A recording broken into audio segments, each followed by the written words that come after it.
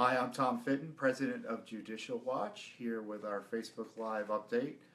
We'll be out later in the week for Thanksgiving, so I hope you all have a happy Thanksgiving, and of course I'll wish you the best at the end.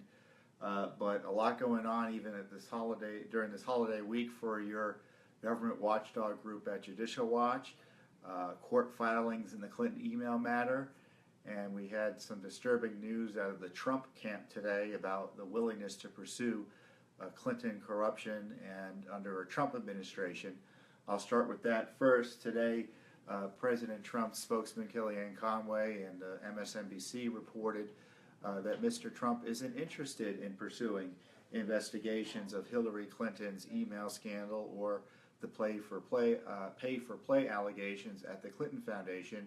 And those of you who have been following Judicial Watch know that Judicial Watch has been instrumental in getting out information about the Clinton emails and about the Clinton Foundation pay-for-play. We broke open the stories on both those matters.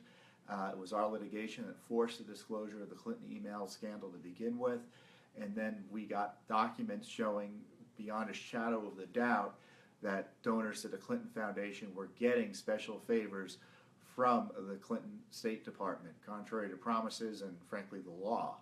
And the FBI refused to do a serious investigation. They limited it to the Clinton's national security issues, and we know that was a half-baked investigation.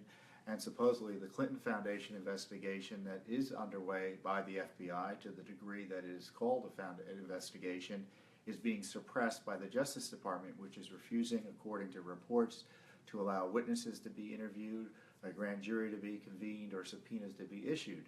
So it's troubling to hear that Mr. Trump, contrary to what he's been telling the American people prior to the election and trying to, in order to get into office, saying that there has to be, we have to drain the swamp, we have to prosecute the Clintons, and he threatened to throw her in jail. Starts saying that he doesn't want to do that because supposedly he wants her to heal and he wants to help her heal, which is obviously silly on its face. And we issued a statement today reacting to that. Donald Trump must commit his administration to a serious criminal investigation of the Clinton national security, email, and pay-for-play schemes at the foundation. It's got to be independent, so we think a special prosecutor is probably the best way to go. And his appointees can't continue to politically interfere with the investigation. This is what the Obama administration is doing. And we hope Mr. Trump resists the siren song of the establishment to move on. But you have to know that when it comes to prosecuting high-level government officials, this town doesn't want to do it. And Mr. Trump's noises about that today show just how difficult it is. This man was elected to do it, and he still doesn't want to do it. At least we're being told by sources in the media. Kellyanne Conway essentially confirmed it, though, on MSNBC this morning. He promised to drain the swamp. And as I said previously, the Clinton scandal is not just about Clinton corruption. It's about State Department corruption. It's about FBI corruption. It's about Justice Department corruption. It's about corporate cronyism and the pay-for-play with the foundation.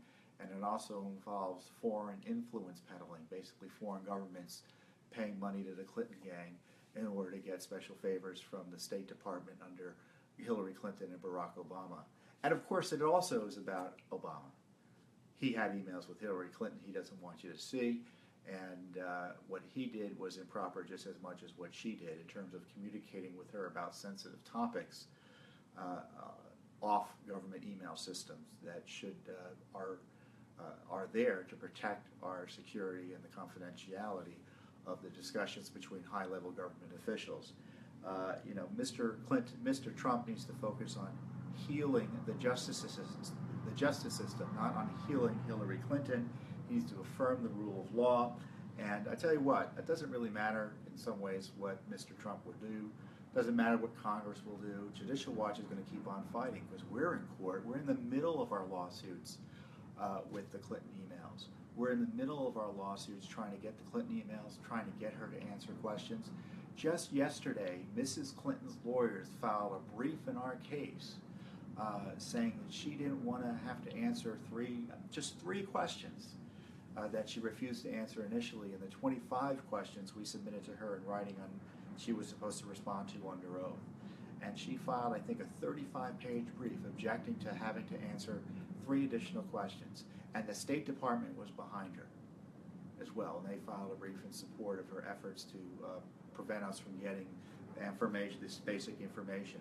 It just shows you the scope of the corruption. This is not just about Mrs. Clinton, it's about government corruption.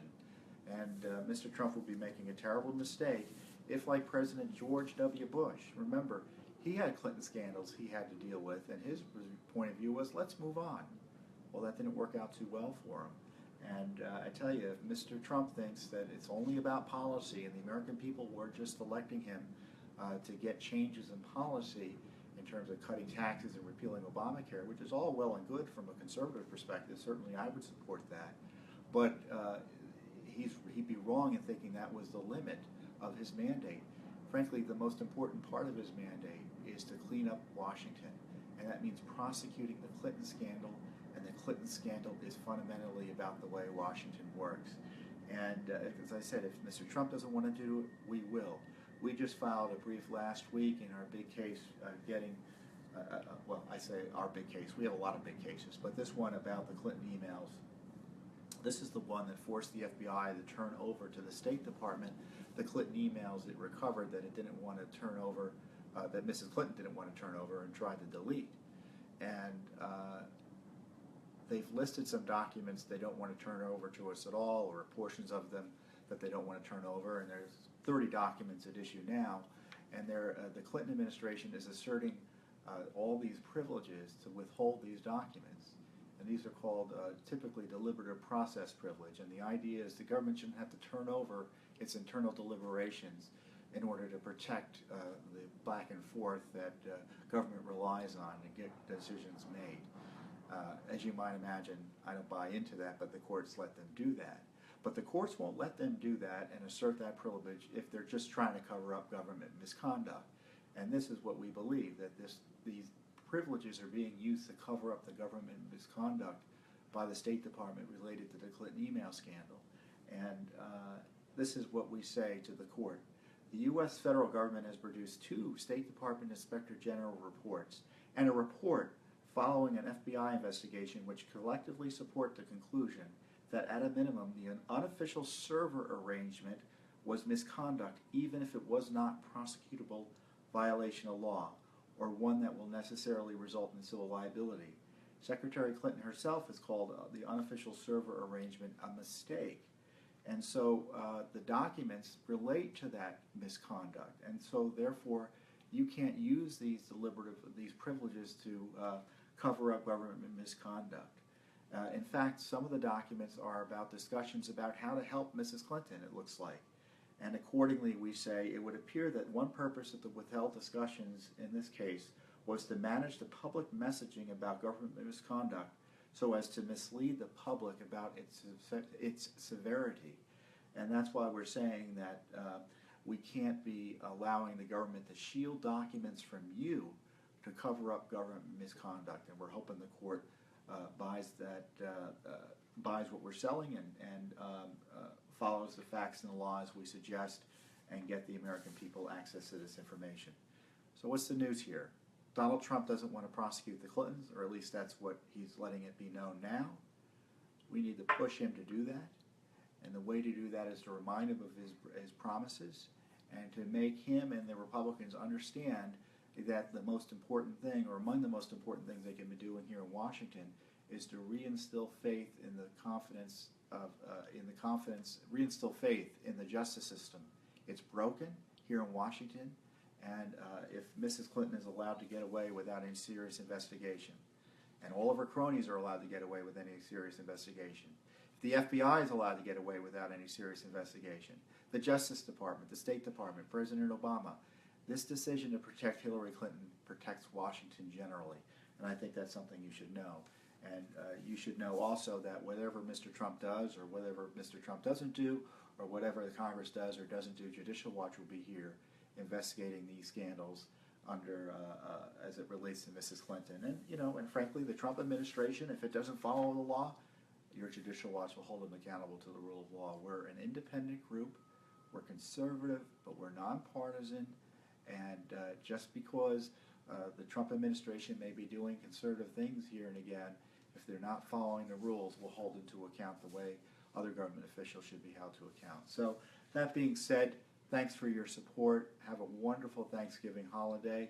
I know at Judicial Watch, all of our staff always give Thanksgiving to the Lord for the support we get from you, the American people, to do this important watchdog work. It wouldn't get done without our supporters. So thank you, and God bless you and your families as you have hopefully a safe and wonderful Thanksgiving holiday. We'll see you next week.